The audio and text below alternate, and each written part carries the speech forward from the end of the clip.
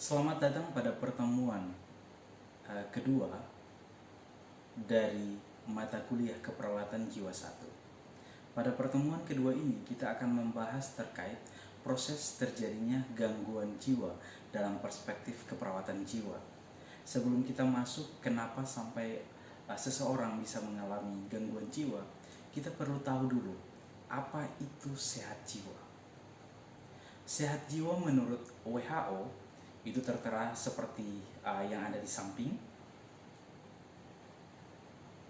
Jadi WHO dia mau katakan bahwa sehat jiwa itu bukan hanya sekedar kita bebas dari gangguan jiwa. Akan tetapi seseorang yang sehat jiwanya adalah seseorang yang mengerti dan menyadari kemampuan yang dimilikinya. Dia mampu untuk mengatasi stres dalam kehidupan sehari-hari dan dia dapat bekerja atau berkontribusi dan produktif di masyarakat dimanapun dia berada. Jadi seandainya seseorang merasa bahwa dia tidak bisa apa-apa atau merasa dirinya jelek atau bodoh gitu ya, orang tersebut bisa dikatakan tidak sehat jiwanya. Begitu pula orang yang senangnya bermalas-malasan. Dia mampu tetapi dia bermalas-malasan. Misalnya orang yang pengangguran ya, itu bisa juga tidak sehat jiwanya. Akan tetapi perlu dipahami ya, bahwa produktif tidak selalu berkonotasi terkait materi.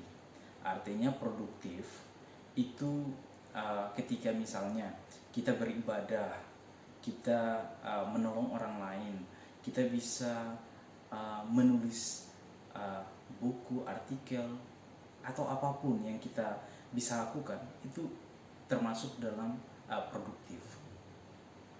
Selanjutnya orang yang sehat jiwanya itu dia bisa mampu untuk mengatasi stres dalam kehidupan sehari-harinya.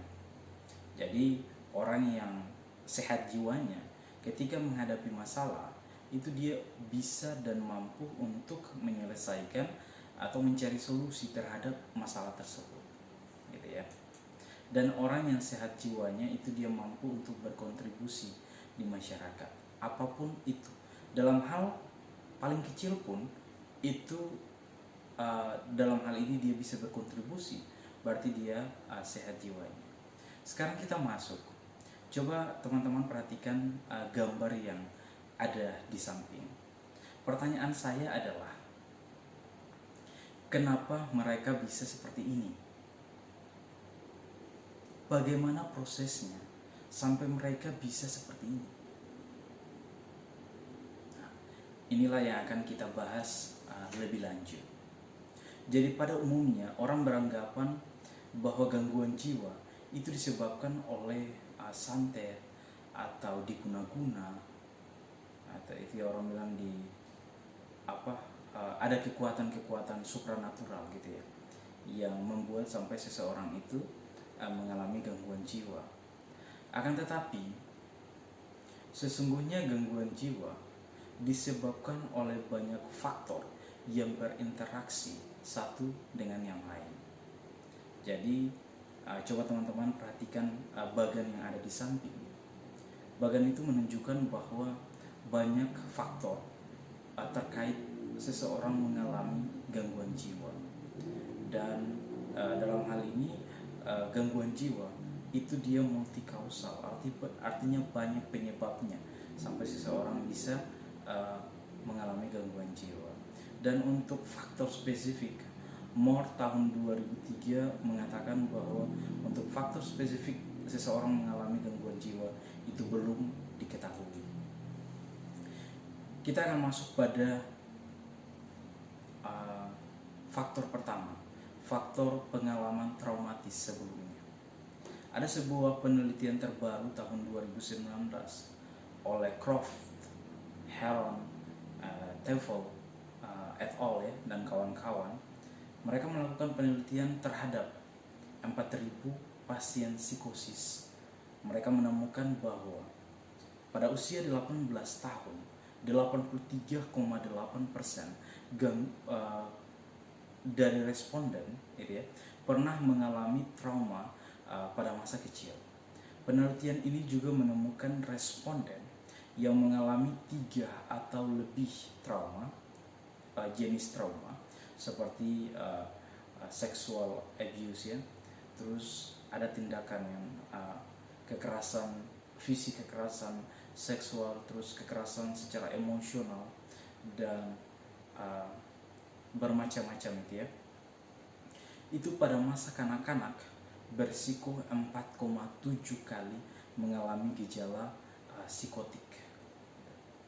Penelitian lainnya pada tahun 2015 oleh Trauelson, Bendal, Johnson dan kawan-kawan mengungkapkan dari 101 pasien psikosis ya, yang psikosis episode pertama, artinya yang baru pertama kali mengalami gangguan jiwa, berusia 18 sampai 35 tahun. 89 pasien yang pasien psikosis episode pertama tersebut melaporkan riwayat trauma pada masa kanak-kanak. Jadi risiko psikosis itu dia meningkat 5 kali bagi mereka yang mengalami 3 atau lebih peristiwa traumatis, dan diperbesar 2,5 kali lipat untuk setiap trauma tambahan. Gitu. Cukup menarik. Kita masuk pada faktor yang kedua, yaitu faktor biologi. Saya membagi faktor biologi dalam 3 hal. Yang pertama faktor genetik, gangguan pada struktur dan fungsi otak, lalu adanya gangguan neurotransmitter. Untuk faktor genetik, hingga saat ini belum ditemukan adanya gen tertentu yang menyebabkan terjadinya gangguan jiwa. Akan tetapi telah ditemukan adanya variasi dari multiple gen yang telah berkontribusi pada terganggunya fungsi otak. Sebuah penelitian yang dilakukan oleh National Institute of Health di Amerika Serikat menemukan adanya variasi genetik itu sekitar 33.000 pada pasien dengan diagnosis skizofrenia, autis, ADHD, bipolar disorder, dan major depressive disorder. Penelitian tersebut menemukan bahwa ada 2 variasi, yaitu variasi CAC-NA1C dan CAC-NB2. Itu diketahui mempengaruhi circuitry. Jadi ada sirkuit yang meliputi memori, perhatian, cara berpikir, dan juga emosi pada 33.000 pasien tersebut. Di samping itu juga telah ditemukan bahwa dari orang tua dan anak itu dapat menurunkan sebesar 10%. Lalu keponakan atau cucu itu 2-4%, dan yang cukup besar yaitu saudara kembar identik dengan 48%. Kita masuk pada poin kedua dari faktor biologi, yaitu gangguan struktur dan fungsi otak. Fries and Fries tahun 2011 mengungkapkan bahwa hipoaktivitas lobus frontal itu menyebabkan afek menjadi tumpul. Pasien mengalami isolasi sosial dan apatis. Sedangkan gangguan pada lobus temporal itu dikaitkan dengan munculnya waham, halusinasi, dan ketidakmampuan pasien dalam mengenal objek atau wajah seseorang. Jadi gangguan prefrontal pada pasien skizofrenia itu juga berhubungan dengan terjadinya gejala negatif seperti apatis, afek tumpul, serta pembicaraan dan ide itu ya tidak sinkron. Pada pasien bipolar disorder, gangguan prefrontal itu menyebabkan munculnya episode depresi, perasaan tidak bertenaga dan sedih, serta menurunnya kemampuan kognitif dan konsentrasi.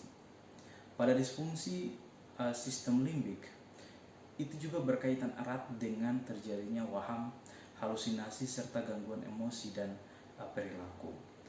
Penelitian dari Hunter et al. Tahun 2011 juga menyatakan bahwa penyebab dari auditory halusinasi itu karena adanya perubahan struktur dan dalam sirkuit saraf, yaitu adanya kerusakan pada auditory spatial perception.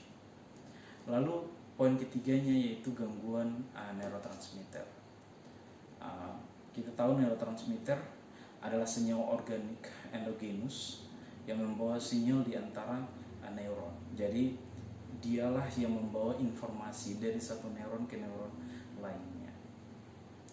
Neurotransmitter ini ada banyak yang kita kenal, ada dopamin, serotonin, norepinefrin, asetilkolin maupun glutamat. Dan misalnya dopamin ya berfungsi untuk membantu otak mengatasi stres, meningkatkan ingatan dan meningkatkan kewaspadaan mental. Jadi ketika terjadi gangguan, jadi nanti akan kita bahas lebih lanjut. Tetapi ketika terjadi gangguan pada dopamin, itu bisa mengganggu dan menyebabkan seseorang mengalami gangguan jiwa. Lalu faktor berikutnya yaitu psikoedukasi. Faktor ini juga tidak kalah pentingnya dalam kontribusinya terhadap terjadinya gangguan jiwa. Jadi untuk psikoedukasi ini ada beberapa penelitian yang ingin saya kemukakan. Sebuah penelitian di Jawa yang dilakukan oleh Febrianti, Wijayanti dan Munjiati tahun 2009 menemukan bahwa terdapat hubungan yang signifikan antara tipe pola asuh keluarga dengan kejadian skizofrenia. Sekitar 69% dari responden dalam hal ini penderita skizofrenia diasuh dengan pola otoriter dan sekitar 16,7% diantaranya diasuh dengan pola permisif. Jadi penelitian lain yang dilakukan oleh Erlina, Suwadi dan Pramono di Sumatera Barat, jadi tentang determinan faktor timbulnya skizofrenia, mereka menemukan bahwa pola asuh keluarga patogenik mempunyai risiko 4,5 kali untuk mengalami gangguan jiwa skizofrenia dibandingkan dengan pola asuh keluarga yang tidak patogenik. Nah, pertanyaannya, pola asuh patogenik itu seperti apa? Kita lihat, kalau dari penelitian itu ada 12 mereka kriteriakan. Yang pertama, melindungi anak secara berlebihan karena memanjakan. Jadi kita terlalu, jangan begini, gitu ya. Jadi melindungi secara berlebihan. Terus melindungi anak secara berlebihan karena sikap berkuasa dan harus tunduk. Jadi yang tadi yang memanjakan.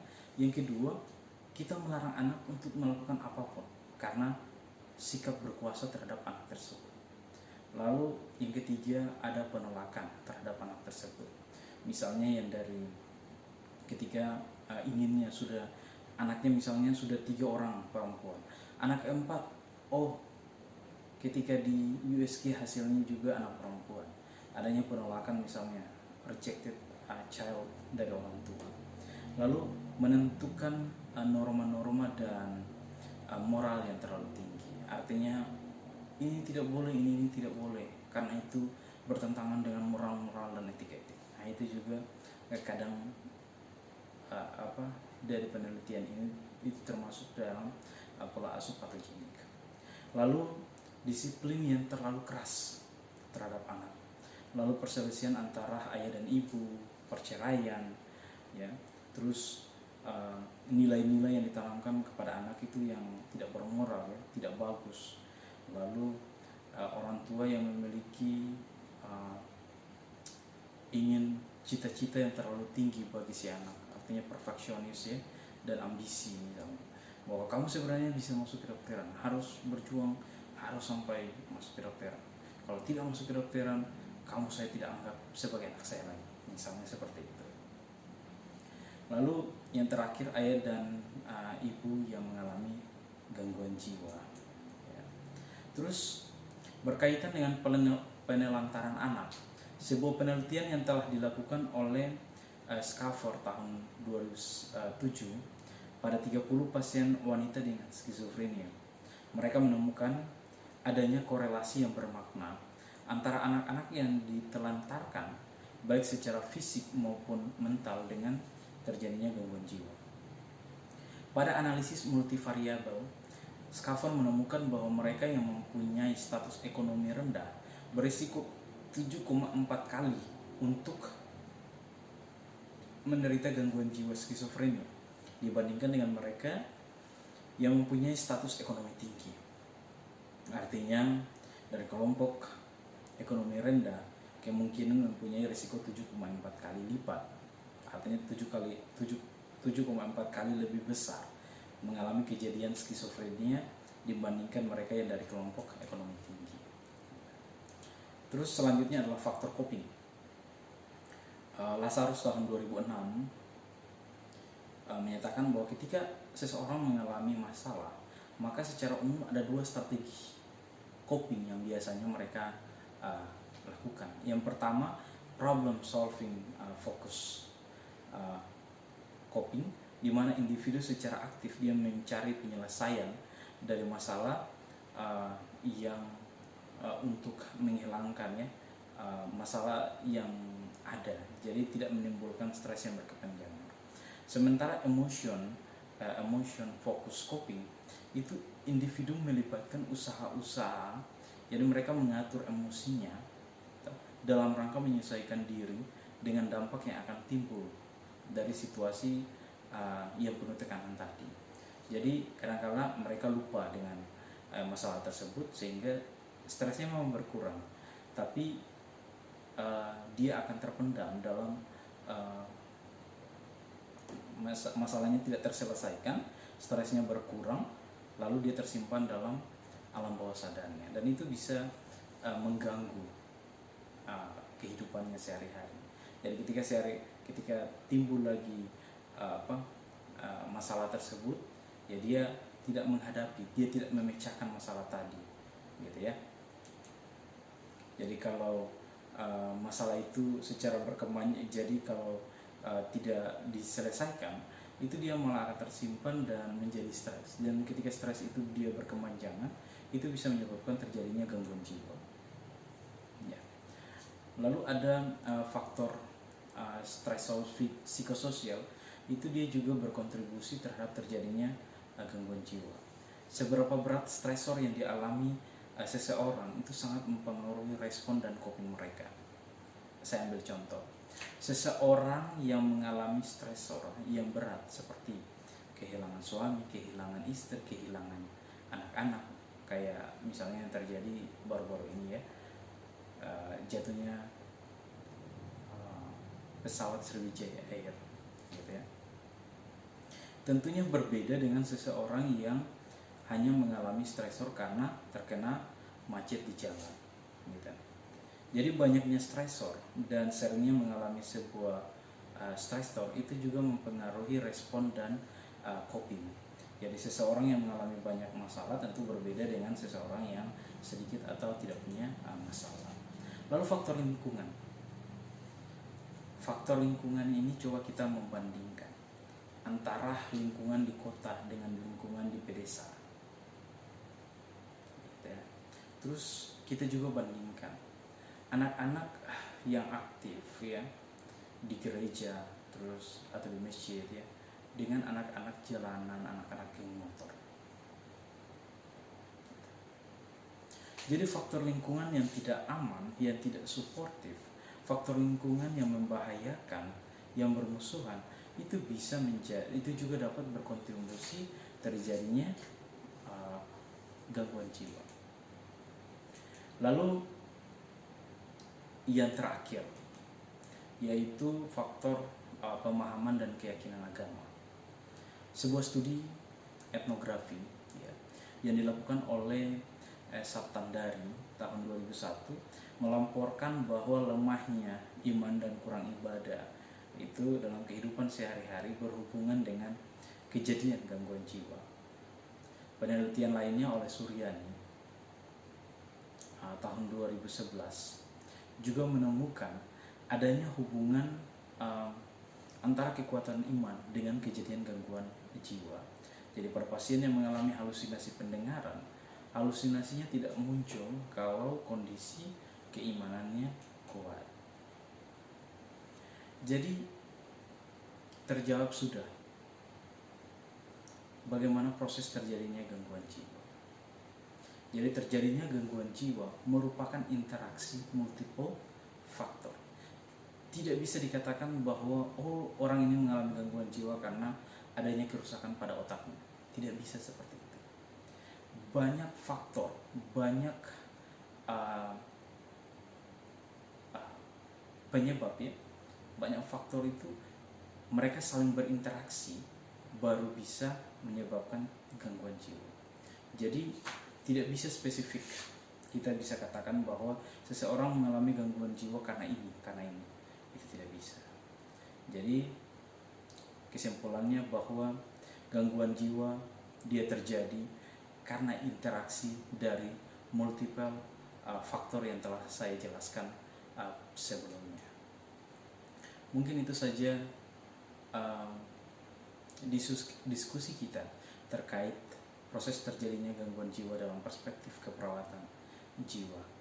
Sampai jumpa pada pertemuan ketiga terkait konsep stres dan bagaimana mekanisme coping kita dalam menghadapi masalah sehingga tidak terjadi stres yang berkepanjangan.